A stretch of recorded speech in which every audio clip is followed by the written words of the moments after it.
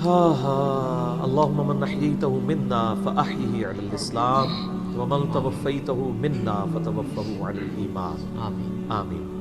کل نفس ذائقۃ الموت، یہ قرآن حکیم میں کئی دفعہ یہ آیت ریپیٹ ہوئی ہے کہ ہر جان کو موت کا مزہ چکھنا ہے، اور یہ بات بالکل طے ہے کہ ہر شخص کی موت کی جگہ، ٹائم، سیکنڈز تک اللہ تعالیٰ نے ڈیفائن کر دی ہے اس کی تقدیر میں، وہ آگے پیچھے نہیں ہو سکتی، نیور، ناٹ ایٹ آل۔ اور یہ جو بخاری مسلم میں آیا نا کہ جو شخص چاہتا ہے کہ اس کی عمر دراز کر دی جائے، اس کے رزق میں فراوانی ہو، وہ اپنے رشتہ داروں کے ساتھ حسن سلوک کرے، تو یہ بھی تقدیر میں لکھا ہوا ہوگا کہ اس کی عمر ہے 60 سال، لیکن یہ اپنے رشتہ داروں کے ساتھ حسن سلوک کرے گا، اللہ تعالیٰ اس کی عمر 70 سال کر دے گا، وہ بھی لکھا ہوگا، وہ 70 ہی ڈیفائن ہوئی ہے، وہ 60 کا 70 بننے کے بعد جو 70 ہے وہ اللہ تعالیٰ نے لکھا ہوا ہے، ٹھیک ہو گیا جی؟ تو یہ اللہ تعالیٰ کے یعنی فیصلے ہیں۔ قرآن حکیم بالکل واضح ہے، سورہ آل عمران میں آتا ہے کہ جب غزوہ احد کے موقع کے اوپر منافقین نے کہا نا کہ ہم نے اپنے بھائیوں کو منع کیا تھا کہ احد کے میدان میں نہ جاؤ ورنہ قتل ہو جاؤ گے، تو اللہ تعالیٰ نے فرمایا اگر ان کی موت کا وقت آ چکا ہوتا یہ خود کھینچے چلے جاتے اپنی مقتل گاہوں کی طرف، یہ اپنے آپ کو روک بھی نہ پاتے۔ پھر سورہ نساء میں آیا کہ تم اپنے آپ کو مضبوط قلعوں میں بھی بند کر لو نا، موت تمہیں وہاں پہ بھی آ کے جائے گی، وہ موت کو آپ ٹال نہیں سکتے، ایک لمحہ نہ آگے ہوگی نہ پیچھے۔ سورہ لقمان کے بالکل اینڈ میں آتا ہے نا کہ 5 علوم اللہ تعالیٰ کے ساتھ خاص ہیں، ان میں ایک ہے کہ کوئی جان نہیں جانتی کہ اس کو کس زمین میں موت آئے گی، ہاں اللہ تعالیٰ وحی کے ذریعے بتا دے، جیسے مسلم شریف میں حدیث ہے نبی صلی اللہ علیہ وآلہ وسلم نے غزوہ بدر سے ایک دن پہلے زمین پہ لکیریں کھینچ دی تھی بدر کے میدان میں، یہاں کل ابو جہل کی لاش ہوگی، یہاں عتبہ کی ہوگی، یہاں امیہ ابن خلف کی ہوگی۔ سر اب آپ عمر سیریز دیکھیں نا، وہاں آپ کو لاشیں پڑی ہوئی نظر بھی آئیں، ٹھیک ہو گیا جی؟ تو یہ آپ صلی اللہ علیہ وآلہ وسلم نے پہلے ڈیفائن کر دی تھی ساری چیزیں، تو یہ اللہ تعالیٰ نے آپ کو وحی کے ذریعے بتایا تھا، اللہ تعالیٰ بتا سکتا ہے اپنے پیغمبر کو، تو واقعی موت کا وقت مقرر ہے، وہ ٹل نہیں سکتا۔ لیکن اس پہ یہ بھی سوال ہوتا ہے کہ اگر کوئی شخص کسی کو قتل کر دے تو پھر اس کا کیا قصور ہے؟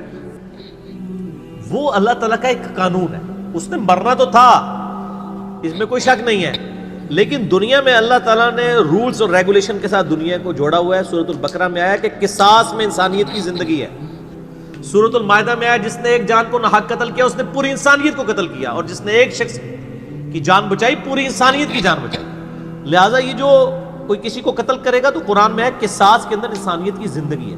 انسانیت 2 چیزوں میں چل رہی ہے، احترام جان اور احترام مال۔ اگر یہ 2 چیزیں نکل جائیں تو معاشرہ نہیں چل سکتا۔ گوروں کا معاشرہ ہم سے بہتر کیوں ہے؟ بغیر ریلیجن کے بھی احترام جان احترام مال ہے، جسٹس ہے، انصاف ہے، عدالتیں آزاد ہے، جہاں پہ احترام جان بھی احترام مال بھی ہے۔ سالوں تک وہ ثبوت ڈھونڈتے رہتے ہیں، اس کے بعد بندے کو پکڑتے ہیں، یا بندے پکڑ کے غائب ہو کے مرا جاتے ہیں، ان کے رشتہ دار عدالتوں کے چکر کاٹتے رہتے ہیں کہ جی ہمارا بچہ اٹھایا گیا، نہ عدالتوں کو پتہ ہوتا ہے نہ اور کسی کو پتہ ہوتا ہے۔ تو یہ چیزیں تو پھر ظاہر ہے کہ ایک ریونج کریٹ کریں گی نا۔ ہم اس لیے کہتے ہیں عدالتوں کو آزاد ہونا چاہیے، عدالت سے اوپر کوئی نہیں ہونا چاہیے، عدالتیں آزاد ہوں گی باقی سارا سسٹم بہتر ہو جائے گا، ٹھیک ہو گیا؟ تو یہ یعنی اللہ تعالیٰ نے وقت مقرر کر دیا ہے، وہ آگے پیچھے نہیں ہوگا، اور آپ دیکھتے ہیں کتنے لوگ موت کے منہ سے واپس آ جاتے ہیں۔ حضرت خالد بن ولید رضی اللہ تعالیٰ 100 سے زیادہ مار کے لڑے انہوں نے، اور جب موت کا وقت قریب آیا وہ کہتے ہیں میرے جسم کا کوئی ایک حصہ بھی ایسا نہیں جہاں پہ کسی نیزے یا تلوار کا نشان موجود نہ ہو۔ یہ عمر سیریز میں انہوں نے ان کی موت کا وقت فلمایا ہے، ابو دردہ ان کے پاس بیٹھے ہوئے ہیں، اور وہ کہتے ہیں دیکھ لو اگر موت میدان جنگ میں آنی ہوتی نا ابو دردہ تو میرے جسم کا ایک حصہ بھی ایسا نہیں جہاں پہ کوئی زخم نہ ہو، اور میں ایک بوڑھے اونٹ کی طرح بستر مرگ پہ مر رہا ہوں۔ میدان جنگ میں نہیں شہادت ملی، شہادت اتنی آسانی سے نہیں مل جاتی انسان کو، وہ اللہ تعالیٰ جس کے لیے ڈیفائن کرے گا۔ باقی یہ ہے کہ اللہ تعالیٰ نے ان کو ایک فضیلت دی کہ وہ اللہ کی تلوار تھی، ظاہر تلوار تو ٹوٹ نہیں سکتی تھی، تو جو لوگ اللہ کے لیے زندگی گزارے وہ عام حالت میں بھی مرے، اللہ تعالیٰ ان کو شہادت کا رتبہ عطا فرما دیتا ہے۔ میدان جنگ میں جانے سے موت نہیں آتی، کتنے لوگ موت کے منہ سے واپس آتے ہیں، اور سر ایئر کریش میں لوگ بچ گئے ہوئے ہیں، اور تو اور چھوڑ دیں جہاں پہ کوئی انسان امیجن نہیں کر سکتا، کئی بم پھٹتے ہیں، بندے مر جاتے ہیں، کسی عورت نے بچہ اٹھایا ہوا ہے، بچہ سیدھا سلامت مل جاتا ہے وہاں سے، یہ اللہ کے فیصلے ہیں کس کے لیے کیا زندگی رکھی ہے. وہ اسی لیے کہا جاتا ہے نا کہ مارنے والے سے جو بچانے والا جو ہے نا وہ بڑا ہے. یعنی وہ ویسے تو مارنے والا بھی اللہ ہی ہوتا ہے، لیکن وہ اس حوالے سے کہا جاتا ہے کہ دنیا میں اگر کوئی سمجھتا ہے نا کسی شخص کو مار سکتا ہے تو، اور اگر اللہ نے اس کی موت نہیں لکھی ہوئی تو نہیں ہے. موت انسان کی زندگی کی حفاظت کرتی ہے. سر میری سب سے بڑی محافظ میری موت ہے. اگر میری موت لکھی ہوئی ہے نا 2050 کے اندر، پوری دنیا مل کے بھی مجھے 2049 میں بھی نہیں مار سکتی.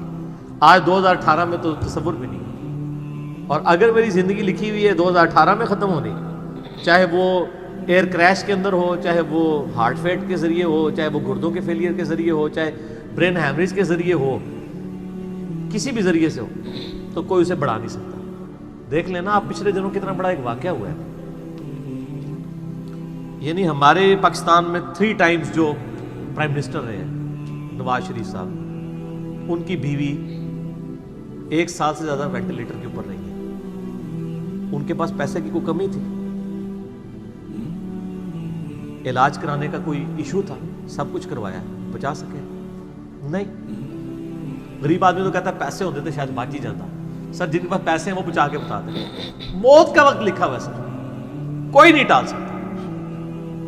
صرف پیغمبر کے بارے میں بخاری مسلم میں آتا ہے، عائشہ کہتی ہیں کہ نبی صلی اللہ علیہ وآلہ وسلم فرمایا تھا کہ اللہ تعالیٰ انسان جو پیغمبر ہوتا ہے نا اس کے اوپر یہ آپشن رکھتا ہے کہ وہ چاہے تو ہمیشہ کے لیے زندہ رہے، چاہے اسے موت آ جائے. پیغمبر کے علاوہ کسی اور کے لیے یہ فضیلت نہیں ہے. اور کہتی ہیں کہ بخاری مسلم دونوں میں نے وفات النبی پہ مسئلہ 163 بھی ریکارڈ کروایا، اس میں نے بتایا تھا کہ عائشہ کہتی ہیں نبی صلی اللہ علیہ وآلہ وسلم اپنے موت کے وقت بار بار اوپر سر مبارک یعنی اٹھاتے تھے اور کہتے تھے اللہم الرفیق الاعلیٰ. تو کہتی ہیں میں نے جان لیا کہ حضور اپنی صحت مند زمانے میں کہا کرتے تھے کہ موت کے وقت نبی کے اوپر پیش کیا جاتا ہے، چاہے تو وہ دنیا میں رہے چاہے اسے موت آ جائے.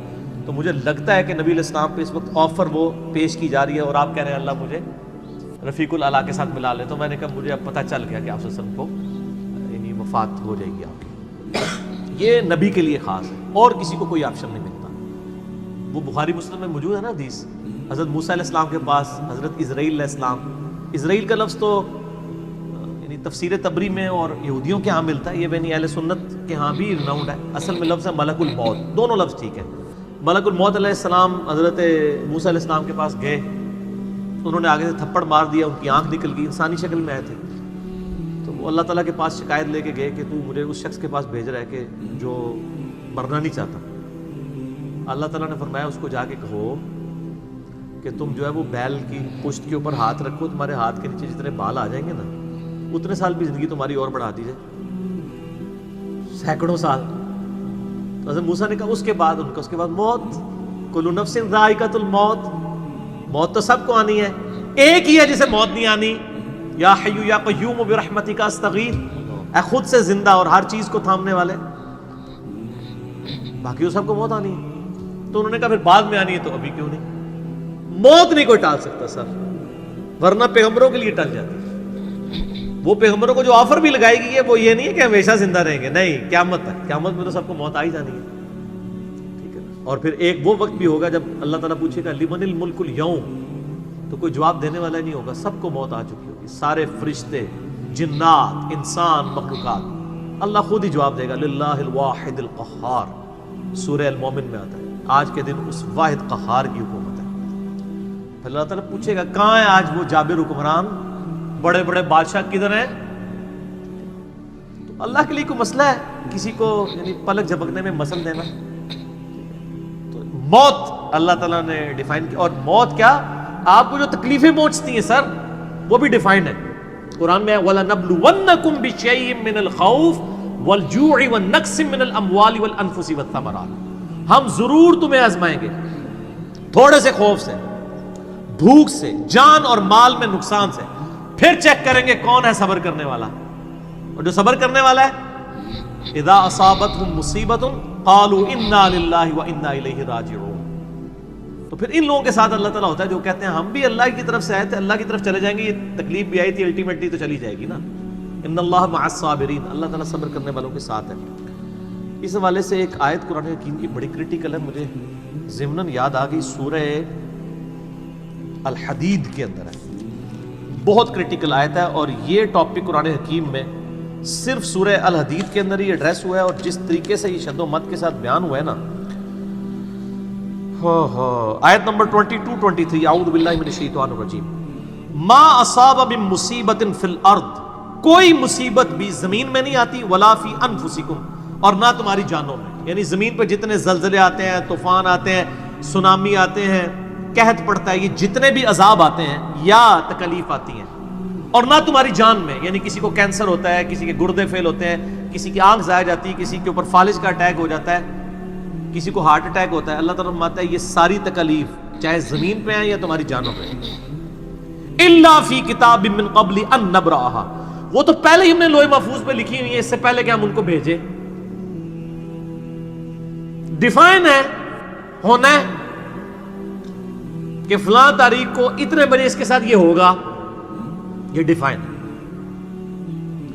ان ذالک علی اللہ یسیر، بے شک یہ اللہ کے لیے بہت آسان ہے، ٹینشن نہیں لینی کہ یار یہ کیسے ہو سکتا ہے کہ پہلے ہی پتا ہو، اربوں انسانوں کے ساتھ اربوں واقعات، اور صرف انسان نہیں باقی مخلوقات کے ساتھ، اللہ فرماتا ہے میرے لیے تو آسان ہے، لیکن اس کی ریزن بتائیے کیوں ہے، لِكَيْ لَا تَأْسَوْا عَلَى مَا فَاتَكُمْ، یہ ہم نے اس لیے کیا تاکہ جو تم سے بات، جو نعمت تم سے چھن جائے تم اس کے اوپر افسوس نہ کرو، وَلَا تَفْرَحُوا بِمَا آتَاكُمْ، اور نہ تم شیخی بگاڑو جو تمہیں نعمت ملے اس کے اوپر، اچھائی ملے تو یہ نہ کہو بڑا میرا کمال ہے، وہ تقدیر میں تھی، ملنی تھی، اور اگر کوئی چیز چھن جائے تو افسوس نہ کرو، وَاللَّهُ لَا يُحِبُّ كُلَّ مُخْتَالٍ فَخُورٍ، اللہ تعالیٰ کو شیخی بگاڑنے والے پسند نہیں ہے۔ یہ آیت نمبر 22-23 بتا رہی ہے سورۃ الحدید کی کہ زمین و آسمان پہ جتنی بھی تکلیف انسانوں پر، جنات پر، جانوروں پر آتی ہیں وہ ڈیفائنڈ ہے، اور انہی تکلیف میں سے ایک بڑی تکلیف موت ہے، وہ بھی ڈیفائنڈ ہے، وہ کوئی ٹال نہیں سکتا، کوئی کسی کی موت کو ٹال نہیں سکتا، اور نہ کوئی کسی شخص کو موت دے سکتا ہے۔ آپ دیکھیں لوگوں نے کتنی ایفرٹس کی ہیں، خود ہمارے نبی صلی اللہ علیہ وآلہ وسلم پہ کس قسم کی ایفرٹس کی گئی ہیں، اللہ تعالیٰ نے آپ کو کس طریقے سے مکے سے نکال کے مدینے تک پہنچا دیا، اور وہ بخاری مسلم میں بڑی مشہور حدیث ہے، آپ جو درخت کے نیچے آرام کر رہے تھے، تلوار سائیڈ پہ لٹکائی ہوئی تھی، ایک عرابی آیا دشمن، اس نے موقع غنیمت جانا کہ آپ سوئے ہوئے ہیں، اس نے تلوار اٹھائی اور نبی صلی اللہ علیہ وسلم کے یہاں پہ رکھ دی اور کہا محمد آج تجھے میرے ہاتھوں سے کون بچائے گا؟ تو نبی صلی اللہ علیہ وسلم نے کوئی کانفیڈنس لوز نہیں کیا، ان کو پتا تھا هو الذی ارسل رسولہ بالہدی ودین الحق لیظہرہ علی الدین کلہ، اللہ نے اپنے نبی کے پیچھے اللہ ہے، ان کا اللہ بچائے گا، اللہ جب سنا اس کے ہاتھ کانپنے شروع ہو گئے، اس کے ہاتھ سے تلوار ہی گر گئی، نبی علیہ السلام نے وہ تلوار اٹھائی اور کہا اب تجھے میرے ہاتھوں سے کون بچائے گا؟ یہ بخاری مسلم دونوں میں یہ واقعہ، اس نے کہا آپ تو معاف فرمانے والے ہیں، درگزر فرمانے والے ہیں، تو یعنی آپ کے وہ حسن اخلاق سے پھر متاثر ہوا، مسلمان ہو گیا۔ مسئلہ یہ ہے کہ یہ کانفیڈنس آپ کو ہونا چاہیے۔ بخاری مسلم میں حدیث ہے کہ غزوہ حنین کے موقع پر کچھ صحابہ کی زبان سے نکل گیا کہ بدر میں تو 313 تھے، غالب آ گئے تھے، آج تو ہم 12,000 ہیں، کافر تو بڑے تھوڑے ہیں، اور یہ ذکر سورۃ الانفال میں آیا غزوہ حنین کا، یہ فتح مکہ کے بعد بھی ہوئی تھی یہ جنگ، مشرکین عرب سے آخری جنگ قبیلہ حوازن کے خلاف۔ اللہ کا ماتا جب تم نے یہ جملہ بولا نا پھر تمہیں بھاگنے کی جگہ نہیں ملتی تھی، حوازن کے لوگوں نے جب تیر چلائے تو 12,000 میں سے صرف 80 بندے نبی علیہ السلام کے ساتھ رہ گئے، باقی سب بھاگ گئے۔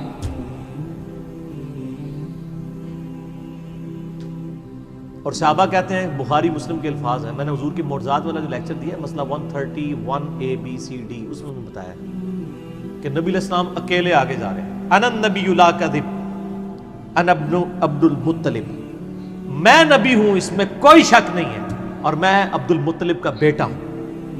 یہ رڈز پڑھتے ہوئے آپ صلی اللہ علیہ وسلم اکیلے آگے جا رہے ہیں، اور آپ صلی اللہ علیہ وسلم نے زمین سے یوں مٹھی بھری کنکریوں کی اور یوں کافروں کی طرف، اور فرمایا چہرے مسخ ہو جائیں، آنکھیں اندھی ہو جائیں، اور سب کی ہو گئی، مسلمانوں کو فتح ہو گئی، اور اسی کا ذکر ہے وما رمیت اذ رمیت ولکن اللہ رمی، اے نبی جو آپ نے کنکریاں پھینکی تھی وہ آپ نے نہیں پھینکی تھی، وہ اللہ نے پھینکی تھی، یعنی اللہ کا پیچھے ڈیوائن ڈیسیژن تھا۔ تو کافروں کے خلاف فتح ہو گئی مسلم، یعنی نبی علیہ السلام کا کانفیڈنس لیول یہ تھا کہ اکیلے جا رہے ہیں، یہ نہیں دیکھ رہے کہ ہزاروں لوگ میرا ساتھ چھوڑ گئے ہیں، اکیلے فرنٹ سے لیڈ کر رہے ہیں. تو جن لوگوں کو یعنی اللہ پر یقین ہوتا ہے نا، ان کی یہی حالت ہوتی ہے، اور یہی صحابہ کرام کا یعنی یقین کامل تھا. اس لیے آپ دیکھیں نا، آپ عمر سیریز میں دیکھیں گے حضرت خالد بن ولید جنگ یمامہ میں جب مسلمانوں کو شکست ہونے لگتی ہے اکیلے آگے جاتے ہیں. جنگ یرموک میں بھی ایسے ہی کرتے ہیں. تو جن کو اعتماد ہوتا ہے نا وہ پھر فرنٹ سے لیڈ کرتے ہیں. موت ٹال نہیں سکتی، موت کیا تکلیف بھی جو آپ کو پہنچنی ہے، اور سر اسی کے ساتھ آپ زندگی گزار سکتے ہیں. اس کے بغیر آپ زندگی نہیں گزار سکتے، کڑ کڑ کے مر جائیں گے. آپ کس اس چیز کو کیٹر فور کر سکتے ہیں؟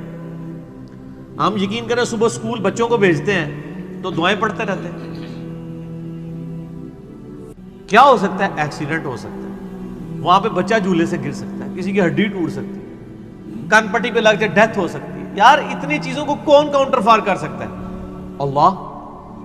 تو اللہ پہ توکل کریں، اور جب تکلیف آ جائے انا للہ و انا الیہ راجعون. صحیح مسلم میں حدیث ہے، نبی صلی اللہ علیہ وآلہ وسلم نے فرمایا جو شخص تکلیف کے وقت فوراً پڑھ لے انا للہ و انا الیہ راجعون اللہم اجرنی فی مصیبتی واخلف لی خیرا منہا، اللہ تعالیٰ اس کو اس کا بہتر نعم البدل عطا فرما دے گا. میرے یوٹیوب پہ کلپ بھی ہے اس دعا کے اوپر، مصیبت اور پریشانی کے حوالے سے یعنی بہتری کے لیے دعا، یہ کر کے لکھیں تو آپ کو کھل جائے گا. یہ آپ کو مشکات میں کتاب الجنائز چیپٹر میں پہلی جلد میں دعا مل جائے گی صحیح مسلم کے حوالے سے. ام سلمہ کہتی ہیں کہ جب میرا خامن فوت ہوا تو میں نے یہ فوراً دعا پڑھ لی، انا للہ و انا الیہ راجعون، ہم بھی اللہ کی طرف سے ہیں، اس کی طرف لوٹ کے جانے والے ہیں. اللہم اجرنی فی مصیبتی، اے اللہ مجھے اس مصیبت میں بہتر اجر عطا فرما، واخلف لی خیرا منہا، اور مجھے اس سے بہتر بدلہ عطا فرما. کہتی میں دل میں سوچ رہی تھی کہ اس سے بہتر مجھے خامند کیسے مل سکتا ہے؟ ابو سلمہ سے بہتر تو انسان حضور کے صحابہ میں بھی کوئی نہیں ہے.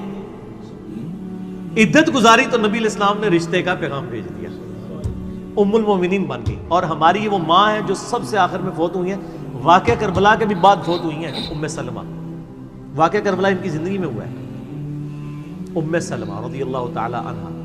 تو یہ دعا یاد کریں، انا للہ و انا الیہ راجعون. اتنا حصہ تو قرآن میں ہے، باقی صحیح مسلم میں اللہم اجرنی، اللہم اجرنی، یہ جھٹکے سے پڑھنا ہے. اللہم اجرنی فی مصیبتی واخلف لی خیرا منہا. تو باقی ہم تو دعائیں کر سکتے ہیں، باقی صبح شام کے اذکار ہیں، اللہ کی طرف رجوع لائیں، وہ اتنی چیزوں کی حفاظت کرنے والا ہے. باقی سب سے بڑی تو حفاظت یہ ہے جو سورہ غافر میں، سورہ المومن میں آیا کہ اصل میں کامیاب وہ ہوا جو دوزخ کی آگ سے بچا لیا گیا. سر دنیا میں آپ کو کوئی کتنا عذاب دے لے گا، الٹیمیٹلی تو موت آ کے آپ کو آزاد کر دے گی. جب فرعون کے دربار میں وہ جو جادوگروں نے کلمہ پڑھ لیا تھا تو اس نے کہا تم نے میری اجازت کے بغیر پڑھ لیا، میں تمہیں تمہارے مخالف سمت کے ہاتھ پاؤں کٹوا کے تمہیں سولی پہ چڑھا دوں گا. تو انہوں نے کیا کہا تھا؟ انہوں نے کہا تو جو کچھ دے گا دنیا کی زندگی میں عذاب دے سکتا ہے نا، کوئی شخص کسی کے مرنے کے بعد تو اسے عذاب نہیں دے سکتا نا. وہ لاش تو وہ لاش ہی پڑی ہے نا، اصل چیز تو روح تھی نا. تو تیرا اختیار تو دنیا کی زندگی تک ہے. تو یہ کانفیڈنس لیول ہونا چاہیے کہ کوئی کسی شخص کو کتنی تکلیف دے لے گا، موت تو پھر بہرحال تکلیف سے آزادی کا ذریعہ بن جائے گی. اگر پھر اللہ کی مرضی کی زندگی گزاری ہے تو آزادی کا ذریعہ ہے، ورنہ اب تو کہتے ہیں کہ مر جائیں گے، مر کے بھی نہ چین پائے تو کدھر جائیں گے. تو سر یہ لوگ تو کہہ دیتے ہیں نا مر گئی تو جان چھٹی، نہ، مرنے تو بعد جان پھڑی گئی. چھٹی اس کی جس نے دنیا اللہ کی مرضی کی گزاری، جس نے دنیا اپنی مرضی کی گزاری تو اس کی جان تو پھر مرنے کے بعد اور پھنس گئی. ٹھیک ہو گیا جی. تو موت کا وقت مقرر ہے، کوئی نہیں ٹال سکتا.